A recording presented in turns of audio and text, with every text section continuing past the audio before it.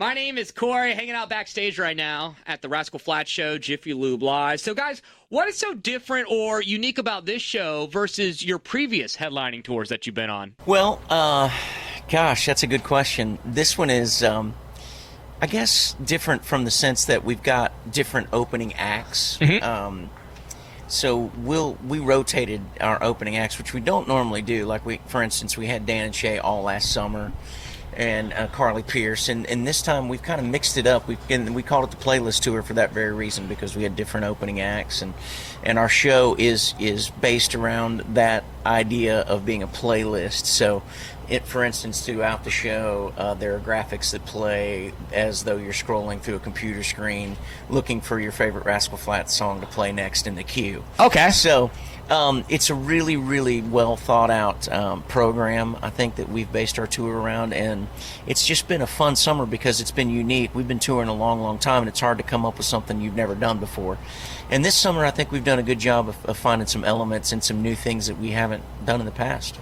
So when it does come to picking up or picking out opening acts, how does that process even begin to find these, Morgan Evans, Jordan Davis? Yeah, it begins now, this time of the year for next year. Does it really? It really does, because there's so many headliners now in country music. I think I heard next year there's 20. Oh, my God. We've ever had, and so you got to get on it quick. So we'll be talking next week about who's going to be touring with us next year. That's insane. So do you have some names? Obviously, I'm sure you can't share, but do you have some names in the back of your head you're already thinking of? It kind of depends on what they're wearing and if they're really good looking. Gotcha. Yeah, and it doesn't matter.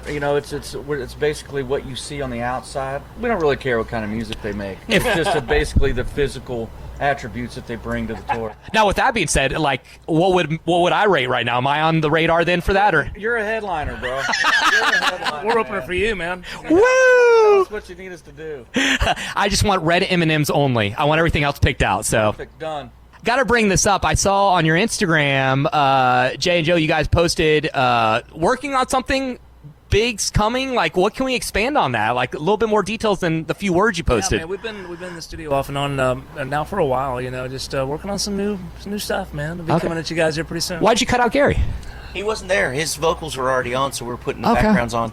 And I have a fresh update on that. I've lost 2 days' worth of background vocals because I was routing my monitoring into my vocal mic. Thank you very much. Jada Marcus out. Way to go. You've got to re-sing everything when you get back home, huh? That sucks. Oh, that does not sound like fun. That sounds like mowing the lawn on the wrong level and having to redo it. Yeah, true. Good analogy. Dude, my eyes look bloodshot and puffy from staring at a computer screen. My name's Corey, backstage with Rascal Flatts. So what is, because you guys have been touring for so long, been so successful, there's had to have been one really awkward moment, whether it's from you guys or one of your openers or something that's happened while on tour. Is there anything that comes to mind right now? Yeah, sitting on the bus doing background vocals and routing your monitor through. I see a reoccurring theme here. Oh, man, an awkward moment. I mean, there's been some funny moments for sure. There's been some moments where, we've all probably fallen on stage at some point and tripped over something.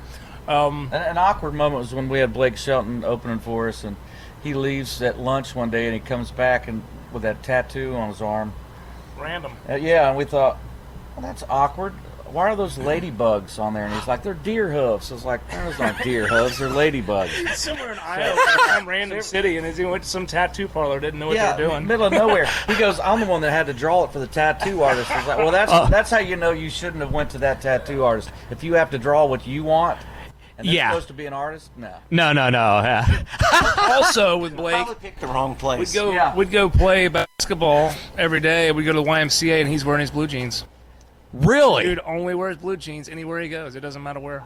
Beach, YMCA. There's a lot wrong with that right now. I have a lot of questions. I don't know if I want answers, though. Blake stuff. Yeah. Oh, interesting. He's the best. And I like to put it on you guys because you've done so many interviews. Is there anything you've wanted somebody to ask you because you've wanted to talk about, but nobody's asked the question? You're like, there goes another missed opportunity. That's a great question. I think at this point that'd be the best question. Okay. One that's never been asked. Yeah. We've been asked about everything there is to ask, and that was a really good question. So I would say, no, there isn't as of right now. I just don't think there has been, man.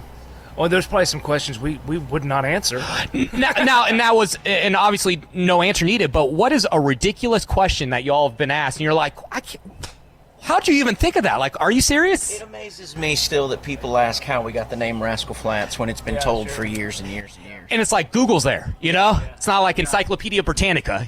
Yeah, we basically just say, hey, go to our website. You can see it there now. We're not going to say it right now. Or that people think Rascal Flatts is a guy.